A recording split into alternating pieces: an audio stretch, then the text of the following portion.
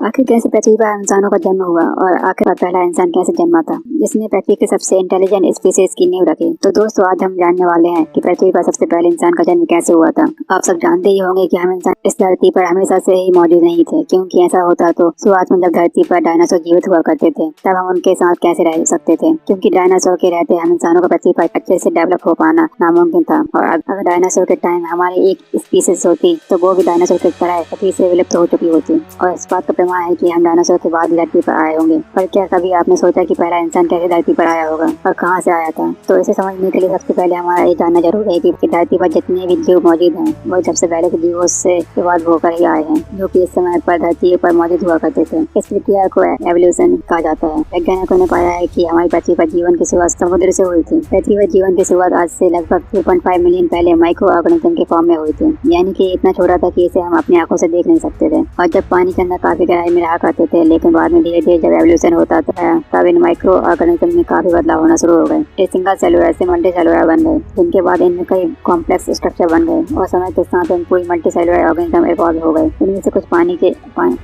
में रुक गए और कुछ पानी के बाहर जमीन पर भी रहने लग गए। इसके कई हजारों लाखों साल तक एवोल्यूशन कुछ इस प्रकार हुआ कि बड़े बड़े जीव भी धरती पर अस्तित्व में आने लगे, जैसे कि डायनासोर। और ऐसा भी कहा जाता है कि इन डायनासोर की प्रजाति खत्म होने के बाद ही ह्यूमन का एवोल्यूशन हुआ। आगे और भी गहराई से समझने की कोशिश करते हैं। ऐसा कहा जाता है कि 66 मिलियन के साल पहले एक बार एस्टेरॉयड धरती से टकराया था। उस समय एस्टेरॉयड की टक्कर काफी खतरनाक थी, जिससे धरती का वातावरण लगभग खत्म हो गया था। पृथ्वी का इकोसिस्टम पूरी तरह से बिगड़ गया था। पृथ्वी के समुद्र में बड़ी बड़ी समुद्री लहरें उत्पन्न हुई थी, जिससे पूरी पृथ्वी को डुबो दिया था। पृथ्वी पर बड़े बड़े भूकंप आ गए और वैज्ञानिक ये भी बताते हैं कि उस समय एस्टेरॉयड की टक्कर के चलते पृथ्वी पर मौजूद ज्यादा बड़े वोल्केनो भी फट गए थे। और इन सभी घटनाओं के होने के चलते पृथ्वी पर एक बड़ा मास एक्सटेंशन हुआ था, जिसके कारण इन डायनासोर की प्रजाति का अंत हो गया था और साथ ही जमीन पर रहने वाले अन्य रेप्टाइल्स भी मर गए थे। ऐसा भी माना जाता है कि लगभग 75% फ्लोरा और फैना की नष्ट हो गई थी। इसके कारण ये हुआ कि धरती पर कई सारी नीचे से आने की कई प्रजातियां रहने का स्थान अब खाली पड़ गया था और साथ ही धरती के इकोसिस्टम का भी बैलेंस खत्म होने लगा था। इसलिए अब धरती को नई प्रजातियों की आवश्यकता थी, जिसके कारण मेमल्स और अस्तित्व में आना शुरू हो गए। इसके साथ ही 10 मिलियन साल बाद मेमल्स से 5000 प्रजातियां अस्तित्व में आ गई। इनमें से एक थी प्राइमेटस, यानी कि बंदर जैसे दिखने वाली प्रजातियां। इन प्राइमेटस में कई सारे बदलाव आए और जैसे कि सबसे पहला बदलाव ये था कि ये दो अलग अलग ग्रुप में डिवाइड हो गए। इनमें से एक था स्ट्रेपनेस, जिसे वेटोनस प्राइमेटस भी कहा जाता है, क्योंकि इनमें सो नहीं सकते थे। दूसरे थे हैप्लोनेस, जिन्हें डायनोस प्राइमेटस भी कहा जाता है, क्योंकि इनमें देखने की शक्ति ज्यादा होती।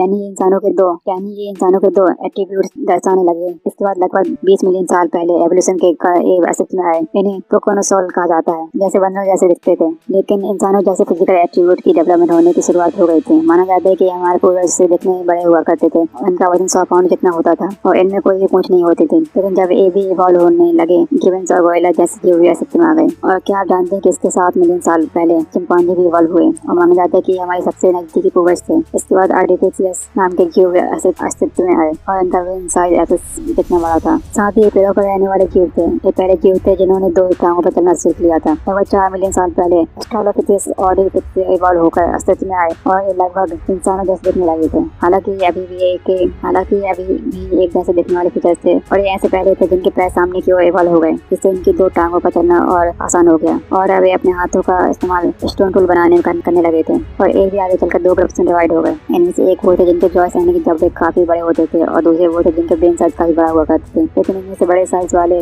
जीव भी आगे इवॉल्व हो सके। इन्होंने एक नए जीव की शुरुआत की। इनका नाम था होमो। अगर आसान भाषा में समझे तो जीन्स का मतलब है कि प्रजातियों का ऐसा ग्रुप जो आपस में ज्यादा रिलेटिव होता है। और होमो एक लैटिन शब्द है जिसका अर्थ है मैन। और कहा जाता है कि असली मानव इतिहास की शुरुआत यहीं से हुई थी। होमो जीन्स के पहले सदस्य थे होमो हैबिलिस। इन्हें हैंडीमैन के नाम से भी जाना जाता है, क्योंकि पत्थरों से बने औजारों का इस्तेमाल करते थे। इनके लगभग 1.9 मिलियन साल पहले होमो इरेक्टस अस्तित्व में आए थे। इनकी टांगें लंबी होती थी और बाजू थोड़े छोटे, जो कि आज के मॉडर्न ह्यूमन जैसे थे। अब जब ये पेड़ों से हटकर जमीन पर रहना शुरू कर दिए थे, इनका ब्रेन साइज भी काफी बड़ा था। फिर अफ्रीका के बाहर माइग्रेट करने चले गए। इन्हीं के मानव अलग अलग जगह धरती पर रहने लगे। इसलिए ये कहना मुश्किल है कि इनके कौन से ग्रुप से मानव का एवोल्यूशन हुआ था, क्योंकि अब ये कई जगह पर फैले हुए थे। इनके 3 लाख साल पहले होमो सैपियंस अस्तित्व में आए। इनका ब्रेन साइज पहले से ज्यादा विकसित था और ये पहले से ज्यादा क्रिएटिव भी थे। यानी यही कारण था कि इनके पहले धरती पर क्रिएटिव होने के कारण अस्तित्व से हट गए और इन होमो सैपियंस ने इनका स्थान ले लिया। उस समय होमो सैपियंस पृथ्वी पर सबसे ज्यादा इंटेलिजेंट स्पीसीज थे, जो अपने हथियार से आधुनिक तरीके से शिकार करते थे। इसके अलावा होमो सैपियंस की क्रिएटिविटी के चलते होमो सैपियंस अपने आसपास के एनवायरनमेंट को बाकी जीवों से अच्छे से समझ सकते थे और अपने आप पे होमो सैपियंस की इसी क्रिएटिविटी के चलते अपनी सभ्यताओं को मजबूत करने पर काम किया। समय के साथ साथ जानवरों का शिकार करने और वेजिटेरियन खाने की भी शुरुआत की और तो जैसी चीजों को समझा, खेती का पहला कदम बताई जाती है जिसने आज के मॉडर्न इंसानों की नींव रखी, क्योंकि इसके बाद हम होमो सैपियंस ने कभी पीछे मुड़कर नहीं देखा। अब हम इतने समाज हो गए हैं कि हम अपना जीवन अच्छे से जी सकते हैं। तो हम उम्मीद करते हैं कि आप इस रहस्य को समझ रहे होंगे कि किस प्रकार धरती पर पहला इंसान आया था और कहाँ से आया था। आज के समय में भी हमें कई सारे प्रमाण मिलते हैं कि किस तरह ह्यूमन एवोल्यूशन हुआ था। इन प्रमाणों सबसे ज्यादा सहायक है फॉसिल्स यानी कि जीवाश्म। हमें हमारे पूर्वजों के कई सारे जीवाश्म मिले हैं जिससे हम बता सकते हैं कि वह कितने बड़े हुआ करते थे और उनमें और हमें क्या फर्क था। ये भी अनुमान लगाया जा सकता है कि वह कैसे दिखते थे। साथ ही कुछ आर्कियोलॉजिस्ट की खुदाई में पाया गया है कि किस प्रकार हमारे पत्थरों से बने औजारों का इस्तेमाल करते थे। खुदाई के दौरान न सिर्फ हमें यह पता चला कि जैसे ये किस तरह के अपना जीवन जीते थे, बल्कि ये भी समझ पाया कि इनमें क्या समानताएं थी, कैसे मृतजीव को दफना दिया करते थे, जो ये दर्शाता है कि इनमें कुछ पैटर्न हुआ करते थे। तो दोस्तों कहने का मतलब ये है कि हमें इंसानों का जन्म किसी एक इंसान से नहीं हुआ है, वह लाखों हजारों साल के एवोल्यूशन से बना है और ये एवोल्यूशन जारी है। और आज से कई हजार और लाख साल बाद हमें अपने शरीर और दिमाग में भी कई ज्यादा बदलाव देखने को मिलेंगे। कुल मिलाकर कहने का मतलब ये है कि एवोल्यूशन कभी नहीं रुक सकता और ये लगातार जारी रहता है। आज के लिए इतना ही। अगर आपको वीडियो पसंद आए तो लाइक करें और चैनल को सब्सक्राइब करना ना भूलें। जय हिंद दोस्तों।